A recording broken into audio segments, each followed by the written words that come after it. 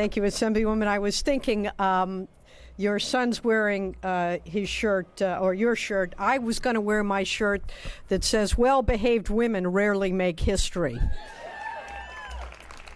And I was also thinking of my 4-year-old granddaughter, and when we are done here today, I'm going to visit my 4-year-old granddaughter and my 1-year-old grandson who live in Chicago. Governor, we got to do more about affordable housing, but that's the next discussion. It's a long way to go to hug your kids, but it's so important that we hug our kids. It's so important that we recognize that as we talk today about bills, we're talking about the future. We're talking about our families. We're talking about the basic fabric of society. And I want to thank all of my colleagues in the Women's Caucus who, over the past several years, have really had my back on this kind of bill. And I remember the last time the Women's Caucus got together to celebrate, it was the signing of the Fair Pay Bill back in 2015. That one only took 35 years, Lorena, so we only bring them back every now and then. But to the Women's Caucus, bottom line, you rock. I mean, this is a group of women who are so insistent that the future, as my little 4-year-old wears a T-shirt that says, "The future is female." And here we are, really trying to be part of that discussion with the few good men who are here joining us and the governor. And we know that behind every great man are some pretty awesome women like Nancy McFadden, like Ann Gus Brown, like Camille Wagner. And as we fought this battle for my legislation, SB 63, the new Parent Leave Act, you have all been there. We have had discussions, we have had debates, we have had frustrating meetings, but we have been working towards the notion that a new parent should be able to take 12 weeks to bond with their newborn without fear of losing their job.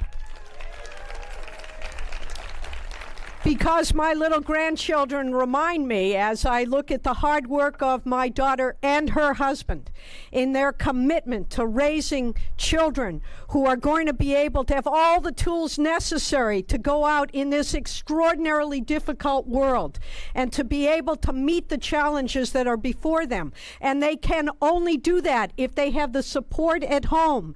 We also know that when a mother is able to spend those 12 weeks, those critical first 12 weeks, with their newborns, it reduces postpartum depression by 1/3.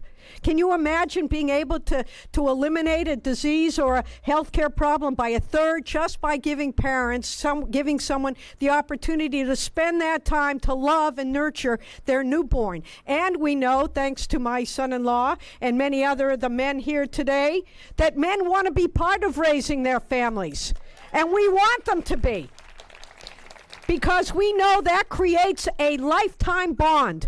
You know, those first 12 weeks, it's been a long time for me, but as I mentioned, watching as my daughter does this, they are not fun 12 weeks. They are hard work. That 2 o'clock to 4 o'clock in the morning when they want to get up and play, you know, those are 12 weeks that you talk about the fog of war.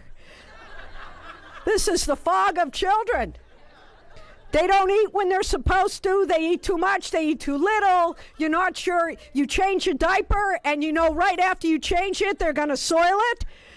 This is the time. These are hard times, but they are the most meaningful times. They're meaningful for a new dad to bond, to create a lifetime bond. And most importantly, we know how important it is for the newborn.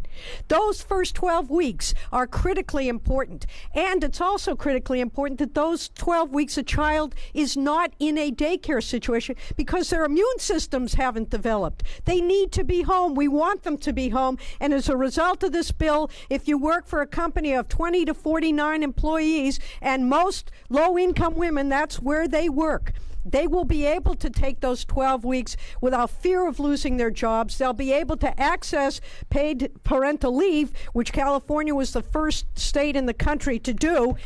This is a win-win. And I want to make sure that I have thanked my staff, the staff of the Women's Caucus, the governor's staff. This was hard work. I really appreciate what you've done. You know, in today's world, we are really seeing a paradigm shift. We are really committed and must be committed to a life and a work balance. And that's part of what this bill does. It helps California continue to lead the way. I want to thank all of you. This bill is about fairness. It's about children. It's about mothers. It's about fathers. And it's about time. Thank you.